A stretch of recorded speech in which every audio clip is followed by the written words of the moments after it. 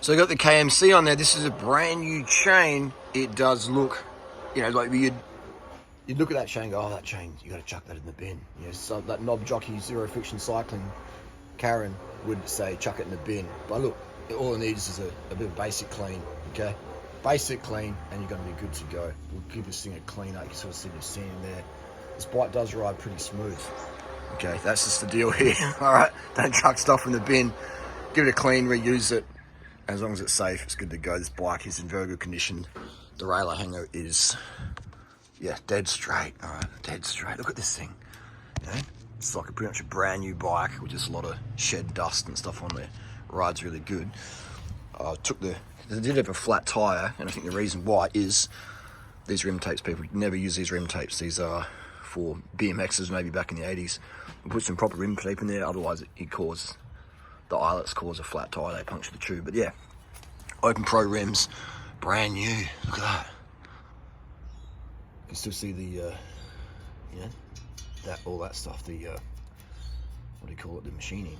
You know, it's got a bit of corrosion stuff that'll just all buff off when you're riding it. But you know, but again, you can't sell this stuff because people in road cycling have been taught that it's all about the fancy schmancy. So this stuff is still perfect. The bearings, brand new. You know, but this bike was advertised for ages, but people just snobbed it because the needs a clean. People are lazy out there, aren't we? Anyway, 32 spoke Open Pro rims. These are a very, very nice rim. Incredible braking surface. Really, really fantastic. So I'll get this all started up. The tyres, some Maxxis Refuse on there. Very strong tyre, not so fast, but I'll put some fast tyres on there.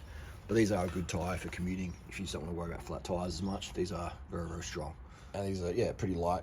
Yeah, 32 spoke, I prefer 28 for my weight, but more spokes the slower the wheel is. So that's why disc brake bikes are so much slower on the road, because they have more spokes and they've got that rotor catching the wind.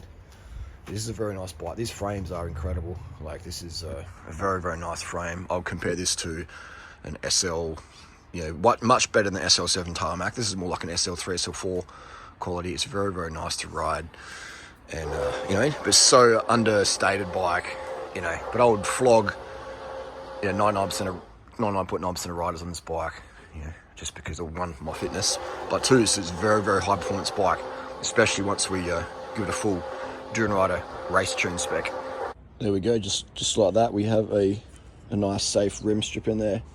Fantastic. I found these in a bin from a bike shop as well. Crazy stuff you can recycle. Look at that, it's already starting to clean up. Wow, it's already starting to polish up really nicely.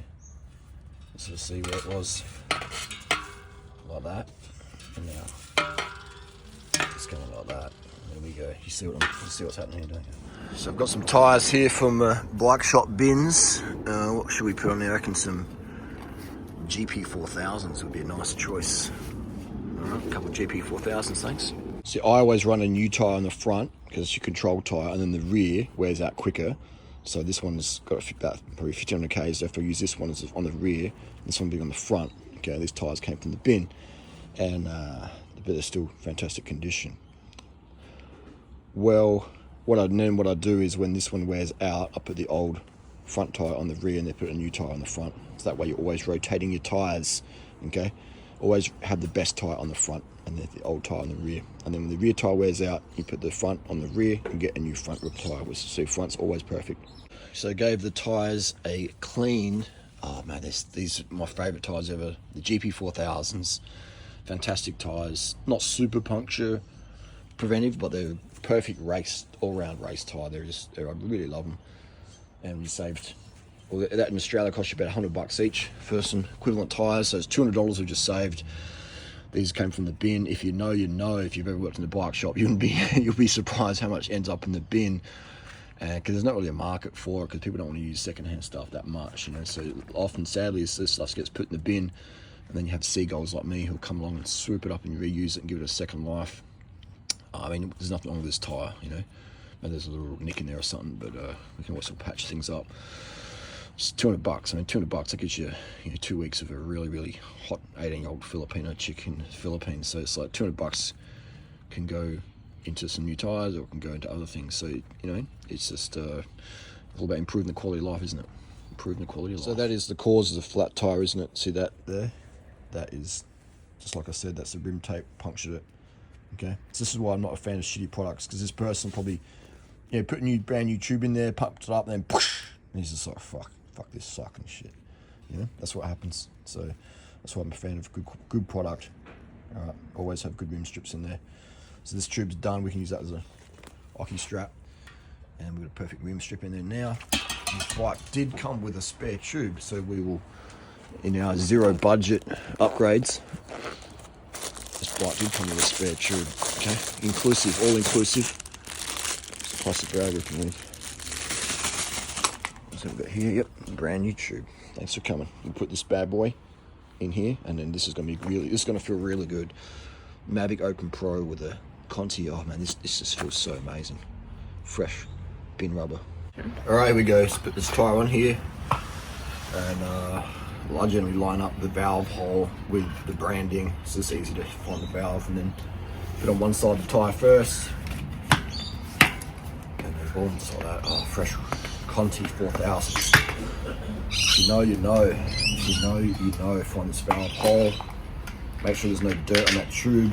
Otherwise, if there's any bits of grit in there, it can cause a puncture down the track. And then we're going to tuck it in. Left, right, good night for the tyre. And boom. I always find it easy to work with the tyre in front of you. You can sit like this, stretch, and then try and get all the air out of this tyre, this tube.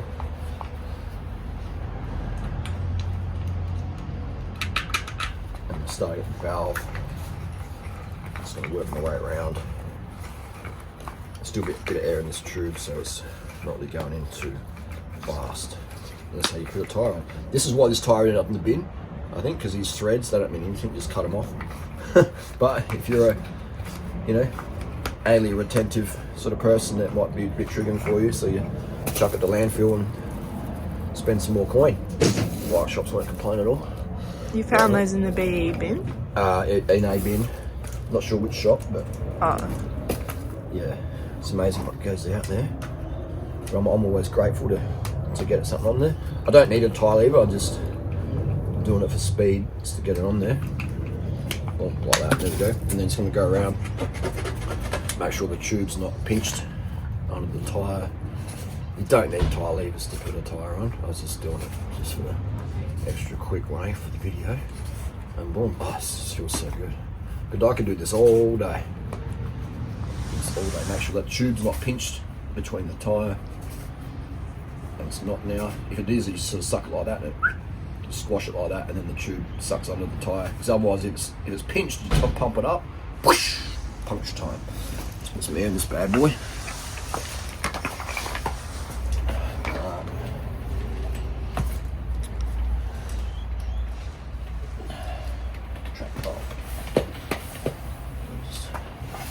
Just 2 hands for speed.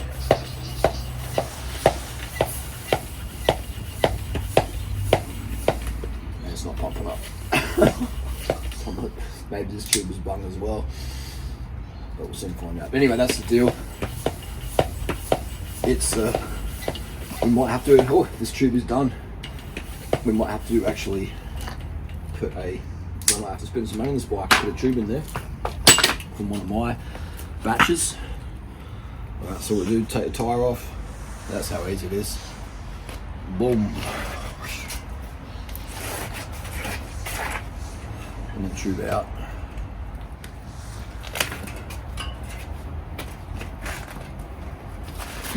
So this tube may be patchable, so it cost me about 5 cents.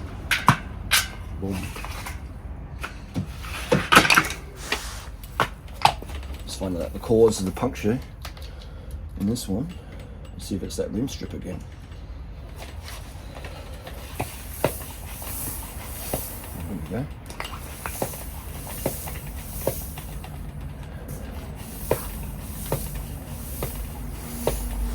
Sounds like it's down there.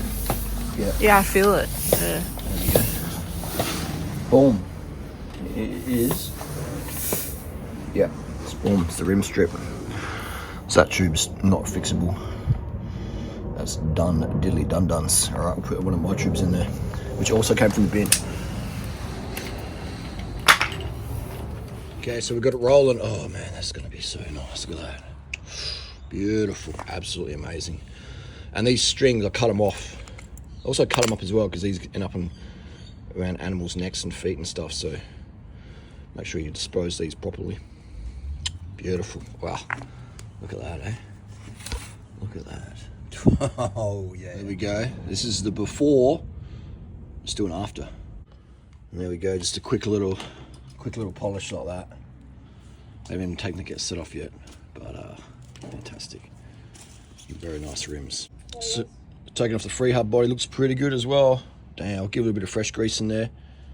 Feels good. Looks. Here we go. We've taken it apart. Some of the things, I haven't done the headset yet. We'll do that though, and just give the brakes a bit of a lube. Which isn't that. So give them a bit of a lube. They'll come up. This bike's absolutely going to come alive. The DR2 works perfect. Gave this a bit of a clean. We can give it more of a polish, but we're just going to give it a basic service to show you how simple it is to do this stuff. Bottom bearings, yep, still perfect, you know, still fantastic. A little bit of chain suck there, not too bad. And derailleur hangers straighten that up. And yeah, these frames are really good. Like this, the stiffness in that is like that. These are legit. All right, there's a no-name brand, but just yeah, legit stuff. Legit stuff. Fantastic. So got the cranks off here. Just took out the took them off. I'm gonna give them a bit of just a clean. Not necessary, but you know, makes things last longer. Give it a bit of a clean. And yeah, why not? Why not? Still got plenty of life left in these rings. Beautiful, compact. We've got a basic little clean here. Yeah, Max is on, and Hill Persians. B-dubs, bro. Get a bit of a clean. Boom, we'll chuck it on the bike.